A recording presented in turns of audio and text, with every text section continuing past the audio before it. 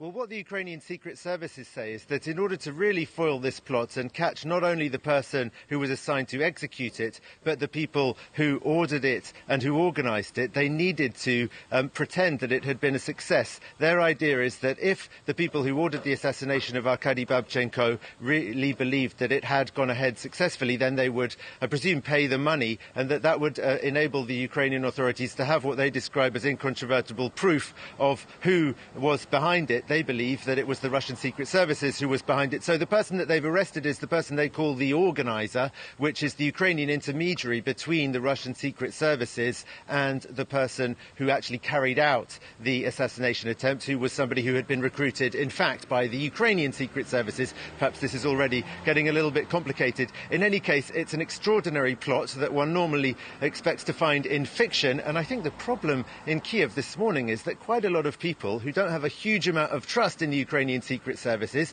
are wondering if it isn't all fiction in the first place. A lot of journalists in Ukraine, especially journalists I know, were good friends of Arkady Babchenko and were in mourning yesterday and the previous evening when they heard that he had died. It's been an extremely traumatic few hours for them. Their initial reaction, of course, was one of great joy to learn that he was still alive. But that, for many people, has turned to some kind of bitterness and confusion because, again, the trauma that people were put through, his friends, his family, is something that I think the Ukrainian authorities may have taken a little bit too lightly. Questions have been raised also, of course, about what this means for the credibility of journalists themselves. We all were reporting that he had died. We all believed, of course, what the Ukrainian authorities were saying, especially when people as high up as the Prime Minister were speaking as if they genuinely believed, and I think Vladimir Groisman genuinely did believe that Arkady Babchenko was dead. So there's a feeling we've all been fooled. The credibility of journalists and the credibility of the Ukrainian secret services, which was already extremely low, as I've said,